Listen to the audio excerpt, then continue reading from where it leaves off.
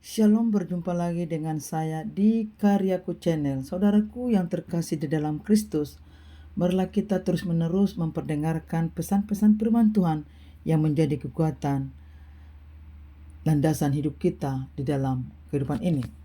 Kali ini kita akan membahas tentang bagaimana kita berkemenangan di dalam Kristus. Ayat pendukungnya adalah 1 Korintus 15:57. Tetapi syukur kepada Allah yang telah memberikan kepada kita kemenangan oleh Yesus Kristus Tuhan kita. Saudaraku yang terkasih di dalam Tuhan, dalam hidup ini setiap orang akan menghadapi tantangan, baik itu merupakan pencobaan, penderitaan, kekecewaan, kegagalan, ataupun pergumulan batin. Namun bagi orang percaya, kabar baiknya adalah kemenangan telah dijamin bukan oleh kekuatan kita sendiri, melainkan oleh karya Kristus di kayu salib dan kebangkitannya. Maka mari kita belajar, ada beberapa hal yang perlu kita pelajari tentang berkemenangan di dalam Kristus. Yang pertama adalah kemenangan melalui salib dan kebangkitannya. Ini berarti kuasa Allah yang akan senantiasa bekarya. Yesus Kristus mengalahkan dosa dan maut lewat kematiannya di kayu salib dan kebangkitannya pada hari yang ketiga. Hal ini boleh dibaca Roma 6:9-10. Kita orang percaya kepadanya turut mengambil bagian dalam kemenangan itu. Kemenangan itu bukan sekedar harapan masa depan, tetapi juga kekuatan kehidupan pada hari ini. Itu yang pertama, jadi kemenangan melalui salib dan kebangkitannya. Yang kedua, kemenangan atas dosa. Yesus memberi kita kuasa untuk tidak lagi diperbudak oleh dosa. Dalam Roma 6 ayat 14 dikatakan bahwa dosa tidak berkuasa lagi atas kita karena kita berada di bawah kasih karunia.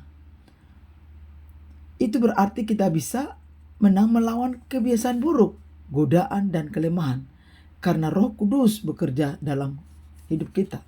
Yang ketiga, kemenangan dalam penderitaan. Berkemenangan dalam Kristus tidak selalu berarti hidup bebas dari masalah. Justru dalam penderitaan kita pun bisa disebut pemenang. Karena apa? Karena kasih Kristus memampukan kita bertahan dan tetap percaya. Hal ini dalam Roma 8:35-37. Kita lebih dari pemenang karena kasih Allah yang tidak pernah meninggalkan kita. Jadi jelas sekali pemaparannya. Yang keempat adalah kemenangan dalam pengharapan kekal. Kemenangan dalam Kristus juga berbicara tentang pengharapan kekal di sorga. Dalam hal ini 1 Korintus pasal 5 ayat 1 dan seterusnya, di mana Paulus menjelaskan bahwa karena Kristus telah bangkit, kita juga akan bangkit. Jadi kehidupan kita tidak sia-sia. Ada mahkota kekal yang menanti kita. Tetaplah setia. 2 Timotius 4:7-8. Maka hal ini aplikasi dalam kehidupan kita, yang mana kita berkemenangan dalam Kristus. Yang pertama adalah saat menghadapi kehidupan atau kesulitan, ingatlah bahwa kemenangan kita tidak bergantung pada situasi, tetapi pada Yesus yang sudah menang.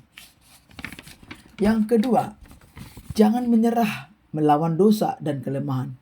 Roh Kudus memampukan kita untuk hidup dalam kebenaran.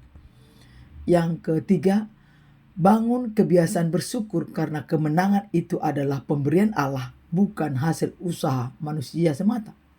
Yang keempat, percayalah bahwa penderitaan saat ini tidak sebanding dengan kemuliaan yang kelak dinyatakan. Roma 8 ayat 18.